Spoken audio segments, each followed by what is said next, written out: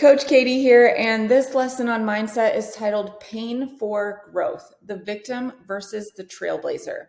If one thing is common, all humans face obstacles. They deal with emotions and they face failure. The key to long-term success is not the success in and of itself, actually, but instead it's actually how you look at the obstacles, the emotions, and the failures. If you remember last week, we talked about there's a choice. Every day you wake up with a choice. You either make the right one for health or the wrong one. And if you make the wrong one, you have a choice on how you react to that. Let's break that down. Everyone has a ceiling of where they're stuck, but what happens next determines if you're a long-term person of success or a person that is not successful. The victim is the person that places the blame externally. I can't do this because XYZ happened. Someone did XYZ. Someone stopped being my accountability person. Someone XYZ, someone, other things. The blame gets placed externally when someone plays victim. And guess what? We have all played victim in our lives. I've done it. I still do it. I'll still catch myself doing it. My kids play victim all the time. And if you have kids, I started doing this with mine this year. They say something and they want to start telling a story. I say, did you hit your friend?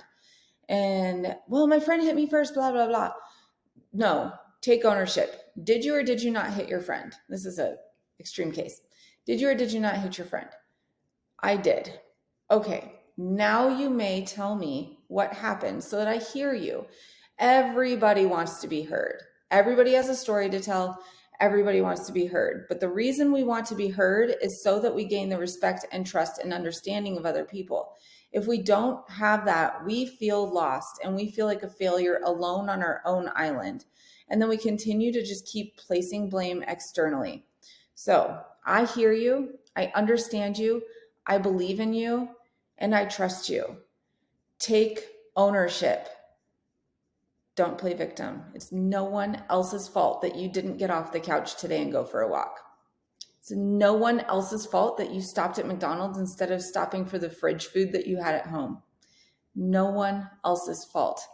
Guess what? It's okay that those things didn't happen today. Tomorrow, they will. And they only happen because you start taking ownership of why you didn't get off the couch or why you stopped at McDonald's in the first place. Why didn't you get off the couch? Well, I got tied up. I was overwhelmed and exhausted with work, and all I wanted to do was sit down. Did you not plan for your walk in the middle of the day instead? Take ownership. Figure out where you can fit it in tomorrow. The victim says, I was overwhelmed. People pulled me left and right, and I had to sit because I was exhausted. It's no one else's fault. Those people don't matter. Stopped at McDonald's because you were overwhelmed from work and had a bad day and you really wanted a McFlurry. It's not anyone else's problem but yours. You have food at home. You have a choice. Then you have a choice to decide how you react to it when you don't make the right choice. The victim is the person that places blame externally. They create a story and a narrative of why things are the way they are. These stories are built into fiction and they lack the facts. So going back to how you're going to teach your children, if you have them too, you say, first, did you or did you not? Take ownership. Then my kids are allowed to say to me, may I please tell you what happened? I'll listen to them. I will respect them. I will understand them and I will hear them, but I will direct them in the place that they need to go, which is a place that you need to get to too. Ownership, it happened. I sat on the couch. Yep, that happened. I stopped at McDonald's. Yep, that happened. I had chocolate cake. Yep, that happened. I worked really hard all week and ate all the things that I was supposed to eat. And then on the weekend, I binge ate. Yep, that happened.